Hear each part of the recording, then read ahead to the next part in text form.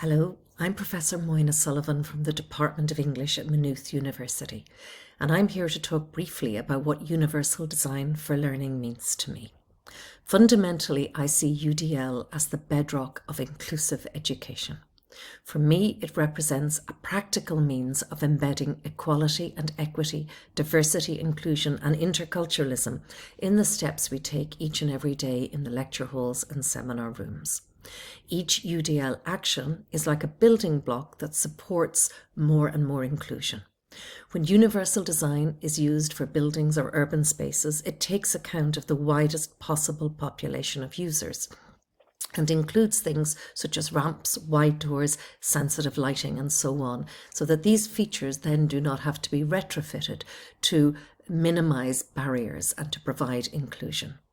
When we design with the widest possible or the most diverse student populations in mind, we enhance accessibility and minimize barriers. We also minimize the need for retrofitting, and we avoid singling out students who may find themselves excluded by virtue of background, culture, language, or support needs.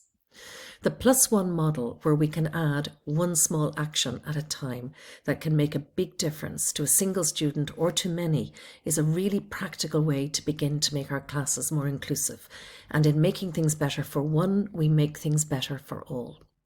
Sometimes something as simple as using a sans-serif font, a font without all the squiggles and the wiggles, in front-facing documents and visuals can maximize accessibility and reduce barriers for neurodivergent learners.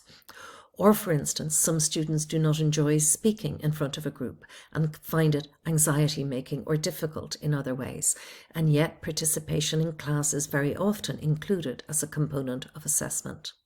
In the UDL framework, assessment is described as action and expression, and one action that can ensure such students do not get disadvantaged is to provide the opportunity, for instance, for students to write or to participate in other ways in the class, such as a pre-recorded presentation, which does not involve necessarily speaking in front of the group. The UDL principle of providing multiple means of representation is also helpful for supporting diverse learning preferences and different lifestyles. For instance, providing graphic guides or videos for visual learners, or audiobooks or podcasts for commuters, creates more opportunity for students to access key and support material. These are only some examples of the very realistic +1 steps we can do to enhance our UDL actions. And they represent for me, most importantly, the opportunity to create the widest possible opportunity for learning for all.